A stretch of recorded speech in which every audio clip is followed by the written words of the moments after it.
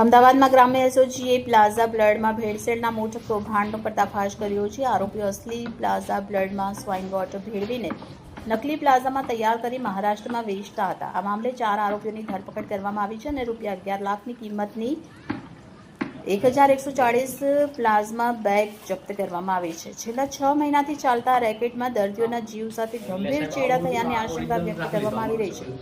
Police હવે તપાસ કરી રહી છે કે નકલી પ્લાઝમામાં કઈ હોસ્પિટલમાં પહોંચાડવામાં આવ્યું છે અને કેટલા દર્દીઓ તેના ભોગ બન્યા હશે.